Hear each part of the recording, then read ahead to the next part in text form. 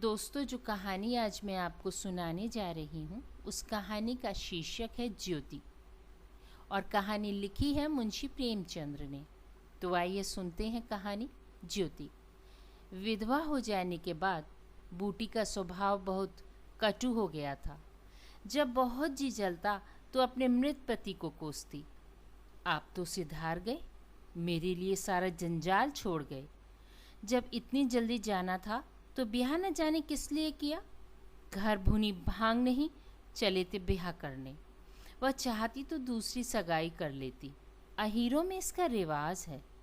देखने सुनने में भी बुरी न थी, 2 आदमी तैयार भी थे, लेकिन बूटी पतिव्रत कहलाने के मोह को न छोड़ सकी और यह सारा क्रोध उतरता था बड़े लड़के मोहन पर, जो अब 16 साल का था।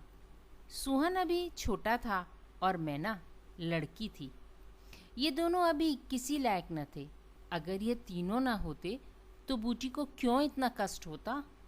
जिसका थोड़ा सा काम कर देती वह रोटी कपड़ा दे देता, जब चाहती किसी के सिर बैठ जाती। अब अगर कहीं बैठ जाए तो लोग यही कहेंगे कि 3-3 बच्चों के होते इसे यह क्या सूझी। मोहन भरसक उसका भार हल्का करने की चेष्टा करता, गायों भैंसों की सानी पानी दुहना मथना सब कर लेता, लेकिन बूटी का मुंह सीधा ना होता था। पर रोज एक न एक खुच्चड़ निकालती रहती और मोहन ने भी उसकी घुड़कियों की परवाह करना छोड़ दिया था। पति उसके सिर गृहस्थी का यह भार पटक कर क्यों चला गया, उसे यही गिला था। बेचारी का सर्वनाश ही कर दिया। न खाने का सुख मिला, न पहनने ओढ़ने का, न और किसी बात का। इस घर में क्या आई मानो भट्टी में पड़ गई। उसकी वैधव्य साधना और अतृप्त भोग लालसा में सदैव द्वंद्व सा मचा रहता था और उसकी जलन में उसके हृदय की सारी मृदुता जलकर भस्म हो गई थी। पति के पीछे और कुछ नहीं है। बूटी के पास 400-500 के गहने थे, लेकिन एक एक करके सब उसके हाथ से गए।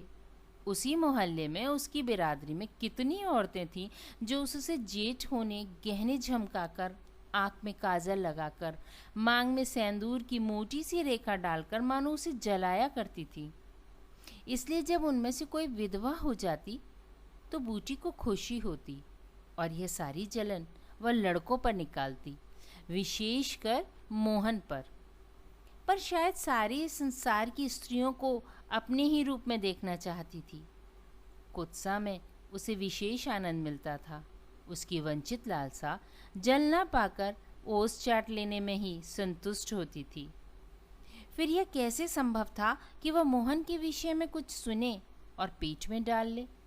जो ही मोहन संध्या समय दूध बेचकर घर आया, बूटी ने कहा, देखती हूँ तू अब आवारा बनने पे उतारू हो गया है। मोहन ने प्रश्न भाव से देखा, कैसा आवारा, क्या बात है। तू रुपया से छिप छिप कर नहीं हंसता बोलता, उस पर कहता है कैसा आवारा। तुझे लाज नहीं आती। घर में पैसे पैसे की तंगी है और वहाँ उसके लिए पान लाए जाते हैं, कपड़े रंगाए जाते हैं। मोहन ने विद्रोह का भाव धारण किया। अगर उसने मुझसे 4 पैसे के पान मांगे तो क्या करता, कहता कि पैसे दो तो लाऊंगा। अपनी धोती रंगने को दी तो उससे रंगाई मांगता। टोले में एक तू ही बड़ा धन्ना सेठ है, और किसी से उसने क्यों न कहा। यह वह जाने, मैं क्या बताऊं।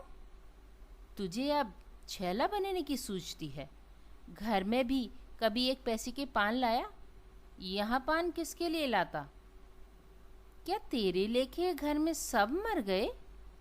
मैं न जानता था कि तुम पान खाना चाहती हो। संसार में 1 रुपया ही पान खाने जोग है। शौक सिंगार की भी तो उम्र होती है। बूटी जल उठी। उसे बुढ़िया कह देना उसकी साधना पर पानी फेर देना था। बुढ़ापे में उन साधनों का महत्व ही क्या, जिस त्याग कल्पना के बल पर वह सब स्त्रियों के सामने सिर उठाकर चलती थी। उस पर इतना कठोर आघात। इन्हीं लड़कों के पीछे उसने अपनी जवानी धूल में मिला दी। उसके आदमी को मरे आज 5 साल हुए हैं, तब उसकी चढ़ती जवानी थी। 3 बच्चे भगवान ने उसके गले मर दिए। नहीं, अभी वह है कै दिन की। चाहती तो आज भी वह होठ लाल किए, पाँव में महावर लगाए, अनवट बिछुए पहने मटकती फिरती। यह सब कुछ उसने इन लड़कों के कारण ही त्याग दिया, और मोहन उसे बुढ़िया कहता है। रुपया उसके सामने खड़ी कर दी जाए तो चुईया सी लगे, फिर भी वह जवान है और बूटी बुढ़िया है। बोली, हाँ और क्या, मेरे लिए तो अब फटे चिथड़े पहनने के दिन है। जब तेरा बाप मरा था तो मैं रुपया से 2 ही 4 साल बड़ी थी। उस वक्त कोई घर कर लेती तो तुम लोगों का कहीं पता न लगता, गली गली भीख मांगते फिरते। लेकिन मैं कहे देती हूँ, अगर तू फिर से बोला तो या तो तू इस घर में रहेगा या मैं ही रहूँगी। मोहन ने डरते डरते कहा, मैं उसे बात दे चुका हूँ अम्मा। कैसी बात? सगाई की। अगर रुपया मेरे घर आई तो झाड़ू मार के निकाल दूंगी। यह सब उसकी माँ की माया है। वह कुटनी मेरे लड़के को मुझसे छीन लेती है। उसे इतना भी नहीं देखा जाता, चाहती है उसे सौत बनाकर छाती पे बिठा दे। मोहन ने व्यथित कंठ से कहा, अम्मा, ईश्वर के लिए चुप रहो। क्यों अपना पानी आप खो रही हो? मैंने समझा था 4 दिन में मैना अपने घर चली जाएगी, तुम अकेली पड़ जाओगी, इसलिए उसे लाने की बात सोच रहा था। अगर तुम्हें बुरा लगता है तो जाने दो। तू आज यहीं आंगन में सोया कर। तू आज से यहीं आंगन में सोया कर। और गाय भैंसें बाहर पड़ी रहेंगी, पड़ी रहने दे, कोई डाका नहीं पड़ जाता। मुझ पर इतना संदेह है? हाँ, तुम्हें यह ना सोऊंगा तो निकल जा मेरे घर से। हाँ, तेरी यही इच्छा है तो निकल जाऊंगा। मैना ने भोजन पकाया। मोहन ने कहा, मुझे भूख नहीं है। बूटी उसे मनाने ना आई। मोहन का युवक हृदय माता के इस कठोर शासन को किसी तरह स्वीकार नहीं कर सकता। उसका घर है, ले ले। अपने लिए वह कोई दूसरा ठिकाना ढूंढ निकालेगा। रुपया ने उसके रूखे जीवन में एक स्निग्धता भर दी थी। जब वह एक अव्यक्त कामना से चंचल हो रहा था, जीवन कुछ सूना सूना लगता था, रुपया ने नव वसंत की भांति आकर उसे पल्लवित कर दिया। मोहन को जीवन में एक ऐसा मीठा स्वाद मिलने लगा। कोई काम करता होता पर ध्यान रुपया की ओर ही लगा रहता। सोचता, उसे क्या दे दे कि वह प्रसन्न हो जाए। अब वह कौन मुँह लेकर उसके पास जाए? क्या उससे कहे कि अम्मा ने मुझे तुझसे मिलने को मना किया है? अभी कल ही तो बरगद के नीचे दोनों में कैसी कैसी बातें हुई थी। मोहन ने कहा था, रूपा, तुम कितनी सुंदर हो, मेरे घर में तुम्हारे लिए क्या रखा है?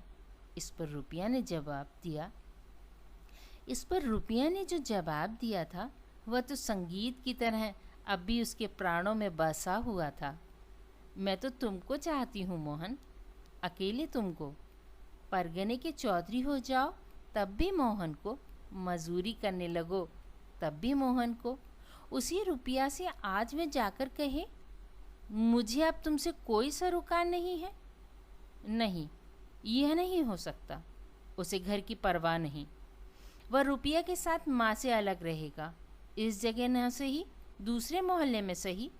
इस वक्त भी रुपया उसकी राह देख रही होगी। कैसी अच्छी भीड़े लगाती है, कहीं अम्मा सुन पावे कि वह रात को रुपया के द्वार पर गया था तो परान ही दे दें परान। अपने भाग तो नहीं बखानती कि ऐसी देवी बहू मिल ही जाती है। न जाने क्यों रुपया से इतनी चिढ़ती हैं। वह जरा पान खा लेती है, जरा साड़ी रख कर पहनती है, बस यही तो है। चूड़ियों की झनकार सुनाई दी। रुपया आ रही है। हाँ, वही है। रुपया उसके सिरहाने आकर बोली, सो गए क्या मोहन? घड़ी भर से तुम्हारी राह देख रही हूँ, आए क्यों नहीं? मोहन नींद का मक्कर किए पड़ा रहा। रुपया ने उसका सिर हिलाकर फिर कहा, क्या सो गए मोहन? उन कोमल उंगलियों के स्पर्श में क्या सिद्धि थी, कौन जाने। उसके प्राण मानो बाहर निकलकर रुपया के चरणों में समर्पित हो जाने के लिए उछल पड़े। रुपया ने फिर कहा, अभी से सो गए क्या जी? मोहन बोला, हाँ जरा नींद आ गई थी रूपा। तुम इस वक्त यहाँ क्या करने आई? अम्मा देख लें तो मुझे मार ही डालें। तुम आज आई क्यों नहीं? आज अम्मा से लड़ाई हो गई। क्या कहती थी? कहती थी रुपया से बोलेगा तो परान दे दूंगी। तुमने पूछा नहीं रुपया से क्यों चिढ़ती हो? अब उनकी बात क्या कहूँ रूपा, वह किसी का खाना पहनना नहीं देख सकती। अब मुझे तुमसे दूर रहना पड़ेगा। मेरा जी तो ना मानेगा। ऐसी बात करोगी तो मैं तुम्हें लेकर भाग जाऊंगा। तुम मेरे पास एक बार रोज आ जाया करो बस, और मैं कुछ नहीं चाहती। और अम्मा जो बिगड़ेंगी तो मैं समझ गई, तुम मुझे प्यार नहीं करते। मेरा बस होता तो तुमको अपना परान में रख लेता। इसी समय घर की किवाड़ खटके। रुपया भाग गई। भाग 2। मोहन दूसरे दिन सोकर उठा तो उसके हृदय में आनंद का सागर सा भरा हुआ था। वह सोहन को बराबर डांटता रहता था। सोहन आलसी था, घर के काम धंधे में जी न लगता था। आज भी वह आंगन में बैठा अपनी धोती में साबुन लगा रहा था। मोहन को देखते ही वह साबुन छिपाकर भाग जाने का अवसर खोजने लगा। मोहन ने मुस्कुराकर कहा, क्या धोती बहुत मैली हो गई है सोहन? धोबी को क्यों नहीं दे देते? सोहन को इन शब्दों में स्नेह की गंध आई। धोबिन पैसे मांगती है तो पैसे अम्मा से क्यों नहीं मांग लेते? अम्मा कौन पैसे दिए देती है? तो मुझसे ले लो।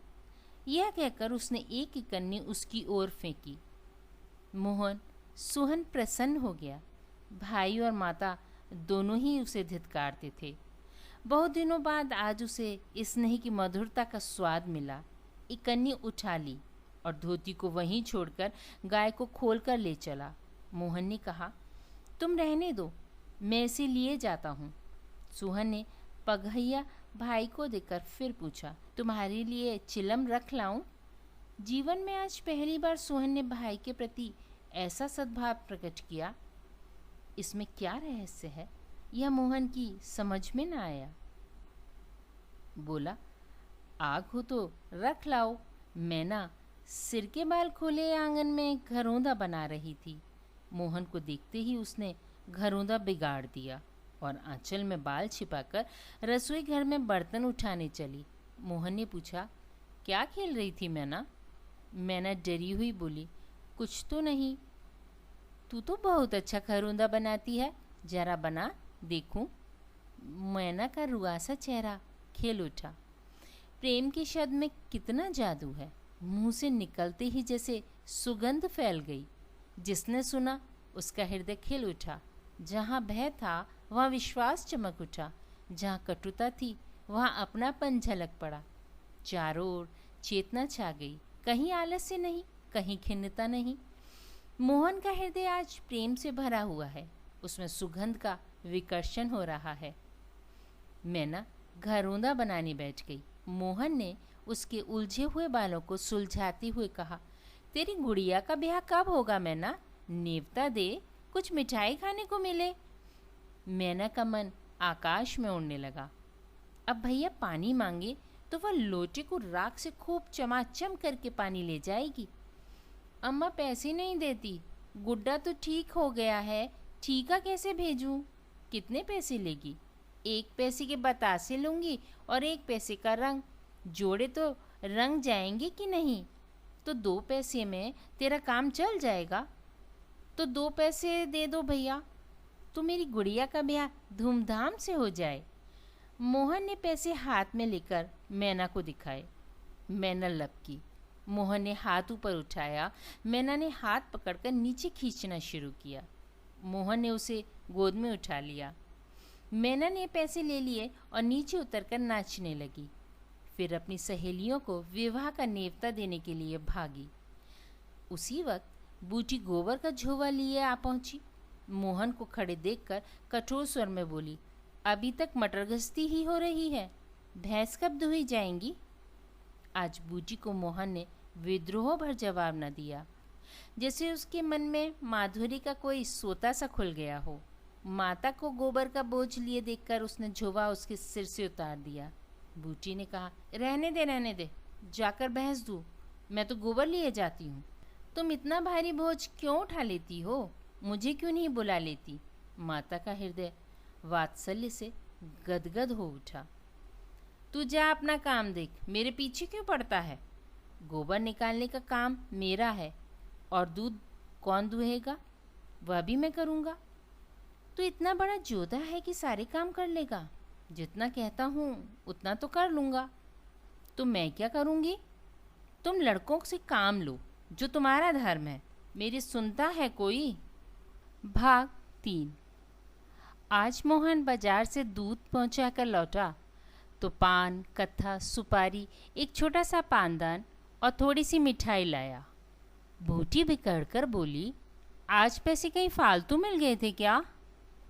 इस तरह से उड़ावेगा तो कै दिन निभा होगा? मैंने तो एक पैसा भी नहीं उड़ाया अम्मा।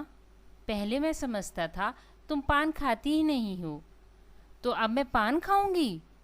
हाँ और क्या, जिसके 2-2 जवान बेटे हों, क्या वह इतना भी शौक न करे? बूटी के सूखे कठोर हृदय में कहीं से कुछ हरियाली निकल गई। एक नन्ही सी कौपल थी, लेकिन उसके अंदर कितना जीवन, कितना रस था। उसने मैना और सोहन को एक एक मिठाई दे दी और एक मिठाई मोहन को देने लगी। मिठाई तो लड़कों के लिए लाया था अम्मा, और तू तो बूढ़ा हो गया है। क्यों? क्यों? इन लड़कों के सामने तो बूढ़ा ही हूँ, लेकिन मेरे सामने तो लड़का ही है। मोहन ने मिठाई ले ली। मैना ने मिठाई पाते ही गप से मुंह में डाल ली थी। वह केवल मिठास का स्वाद जीभ पर छोड़ के कब की गायब हो चुकी थी। मोहन की मिठाई को ललचाई आंखों से देखने लगी। मोहन ने आधा लड्डू तोड़ के मैना को दे दिया। एक मिठाई दोने में और बची थी। बूटी ने उसे मोहन की तरफ बढ़ाकर कहा, लाया भी तो इतनी सी मिठाई, यह ले ले। मोहन ने आधी मिठाई मुंह में डालकर कहा, यह तुम्हारा हिस्सा है अम्मा। तुम्हें खाते देखकर मुझे जो आनंद मिलता है उसमें मिठास से ज़्यादा स्वाद है। उसने आधी मिठाई सोहन को और आधी मोहन को दे दी, फिर पानदान खोलकर देखने लगी। आज जीवन में पहली बार उसे यह सौभाग्य प्राप्त हुआ। धन भाग की पति के राज में जिस विभूति के लिए तरसती रही, वह लड़के के राज में मिली। पानदान में कई कुल्हैयाँ हैं, और देखो 2 छोटी छोटी चिमचियाँ भी हैं। ऊपर कड़ा लगा हुआ है, जहाँ चाहो लटका कर ले जाओ। ऊपर की तश्तरी में पान रखे जाएंगे। जो ही मोहन बाहर चला गया, उसने पानदान को मांस धोकर उसमें चूना कत्था भरा, सुपारी काटी, पान को भिगोकर तश्तरी में रखा, तब एक बीड़ा लगाकर खाया। उस बीड़े के रस ने जैसे उसके वैधव्य की कटुता को स्निग्ध कर दिया। मन की प्रसन्नता व्यवहार में उदारता बन जाती है। अब वह घर में नहीं बैठ सकती। उसका मन इतना गहरा नहीं है कि इतनी बड़ी विभूति उसमें जाकर गुम हो जाए। एक पुराना आईना पड़ा हुआ था। उसने उसमें अपना मुंह देखा। होठों पर लाली तो नहीं है। मुंह लाल करने के लिए उसने थोड़ा ही पान खाया है। धनिया ने आकर कहा, काकी तनिक रस्सी दे दो, मेरी रस्सी टूट गई है। कल बूटी ने साफ कह दिया होता। मेरी रस्सी गांव भर के लिए नहीं है। रस्सी टूट गई है तो बनवा लो। आज उसने धनिया को रस्सी निकालकर प्रसन्न मुख से दे दी और सद्भाव से पूछा, लड़के के दस्त बंद हुए कि नहीं धनिया?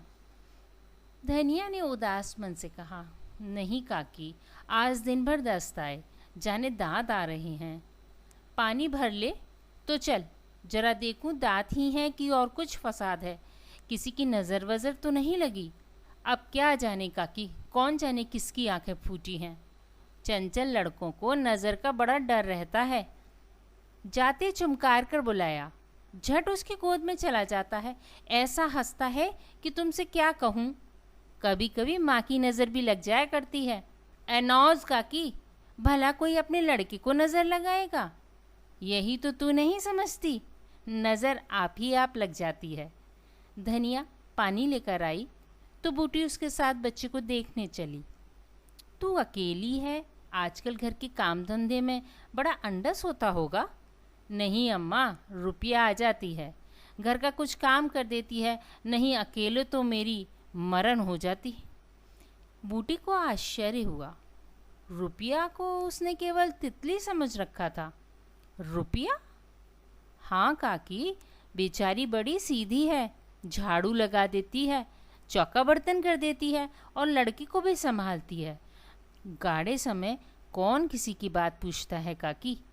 उसे तो अपनी मिस्सी काजल से छुट्टी नहीं मिलती होगी। यह तो अपनी अपनी रुचि है काकी। मुझे तो इस मिस्सी काजल वाली ने जितना सहारा दिया उतना किसी भक्तिन ने ना दिया। बेचारी रात भर जागती रही, मैंने कुछ दे तो नहीं दिया। हाँ, जब तक जीऊंगी उसका नाम गाऊंगी। तू उसके गुण अभी नहीं जानती धनिया। पान के लिए पैसे कहाँ से आते हैं, किनारदार साड़ियाँ कहाँ से आती हैं, मैं इन बातों में नहीं पड़ती काकी। फिर शौक श्रृंगार करने का किसका जी नहीं चाहता। खाने पहनने की यही तो उम्र है। धनिया का घर आ गया। आंगन में रुपया बच्ची को गोद में लिए थपक रही थी। बच्चा सो गया। धनिया ने बच्चे को खटोले पे सुला दिया। बूटी ने बच्चे के सिर पर हाथ रखा, पेट में धीरे धीरे उंगलियां गड़ा कर देखा, नाभि पर हींग का लेप करने को कहा। रुपया बैनिया लाकर उसे झलने लगी। बूटी ने कहा, ला बैनिया मुझे दे दे, मैं डुला दूंगी तो क्या छोटी हो जाऊंगी? दिन भर यहाँ काम धंधा करती रही है, थक गई होगी। तू इतनी भली मानस हो और यहाँ लोग कहते थे कि वह बिना गाली के बात नहीं करती। मारे डर के तुम्हारे पास ना आई। बूटी मुस्कुराई। लोग झूठ तो नहीं कहते, मैं आँखों की देखी मानूं कि कानों की सुनी। आज भी रुपया आँखों में काजल लगाए, पान खाए, रंगीन साड़ी पहने हुए थी। किंतु आज बूटी को मालूम हुआ इस फूल में केवल रंग नहीं, सुगंध भी है। उसके मन में रुपया से जो घृणा हो गई थी वह किसी दैवीय मंत्र में धुल सी गई। कितनी सुशील लड़की है, कितनी लज्जातुर, बोली कितनी मीठी है। आजकल की लड़कियां अपने बच्चों की तो परवाह नहीं करती, दूसरों के लिए कौन मरता है। सारी रात धनिया के लड़के को लिए जागती रही। मोहन ने कल की बात इससे कह तो दी होगी। दूसरी लड़की होती तो मेरी ओर मुंह फेर लेती, मुझे जलाती, मुझसे ऐंठती। इसे तो जैसे कुछ मालूम ही ना हो सकता है कि मोहन ने इसे से कुछ कहा ही ना हो। हाँ, यही बात है। आज रुपया बूटी को बहुत सुंदर लगी। ठीक तो है, अभी शौक श्रृंगार ना करेगी तो कब करेगी? शौक श्रृंगार इसलिए बुरा लगता है कि ऐसे आदमी अपने भोग विलास में मस्त रहते हैं। किसी के घर में आग लग जाए उनसे मतलब नहीं, उनका काम तो खाली दूसरों को रिझाना है। ऐसे उपकारी प्राणियों का श्रृंगार बुरा नहीं लगता, बल्कि और अच्छा लगता है। इससे मालूम होता है कि उसका रूप जितना सुंदर है उतना ही मन भी सुंदर है। फिर कौन नहीं चाहता कि लोग उसके रूप का बखान करें। किसी दूसरे की आंखों में खूब जाने की लालसा नहीं होती। बूटी का यौवन कब का विदा हो चुका, फिर भी यह लालसा उसे बनी हुई है। कोई उसे रसभरी आंखों से देख लेता है तो उसका मन कितना प्रसन्न हो जाता है। जमीन पर पाँव नहीं पड़ते। फिर रूपा तो अभी जवान है। उस दिन रूपा प्राय 2-1 बार नित्य बूटी के घर आती। बूटी ने मोहन से आग्रह कर उसके लिए एक अच्छी सी साड़ी मंगवा दी। अगर रूपा कभी बिना काजल लगाए या बेरंगी साड़ी पहन के आ जाती तो बूटी कहती, बहू बेटियों का ये जोगिया भेष अच्छा नहीं लगता, यह भेष तो हम जैसी बुढ़ियाओं के लिए है। रूपा ने एक दिन कहा, तुम बूढ़ी काहे को हो गई अम्मा? लोगों को इशारा मिल जाए तो भौरों की तरह तुम्हारे ऊपर मंडराने लगे। मेरे दादा तो तुम्हारे द्वार पर धरना देने लगे। बूटी ने मीठे तिरस्कार से कहा, चल मैं तेरी माँ की सौत बनकर जाऊंगी। अम्मा तो बूढ़ी हो गई, तो क्या तेरे दादा अभी जवान बैठे हैं? हाँ या बड़ी अच्छी मिट्टी है उनकी। बूटी ने उसकी ओर रसभरी आंखों से देखकर पूछा, अच्छा बता, मोहन से तेरा ब्याह करा दूं? रूपा लजा गई, मुख पर गुलाब की आभा दौड़ गई। आज मोहन दूध बेचकर लौटा तो बूटी ने कहा, कुछ रुपए पैसे जुटा, मैं रूपा से तेरी बातचीत कर रही हूँ। बस यही थी कहानी ज्योति। आपको मेरा कहानी सुनाने का तरीका यदि अच्छा लगा हो तो please like, subscribe and share my channel. Thank you.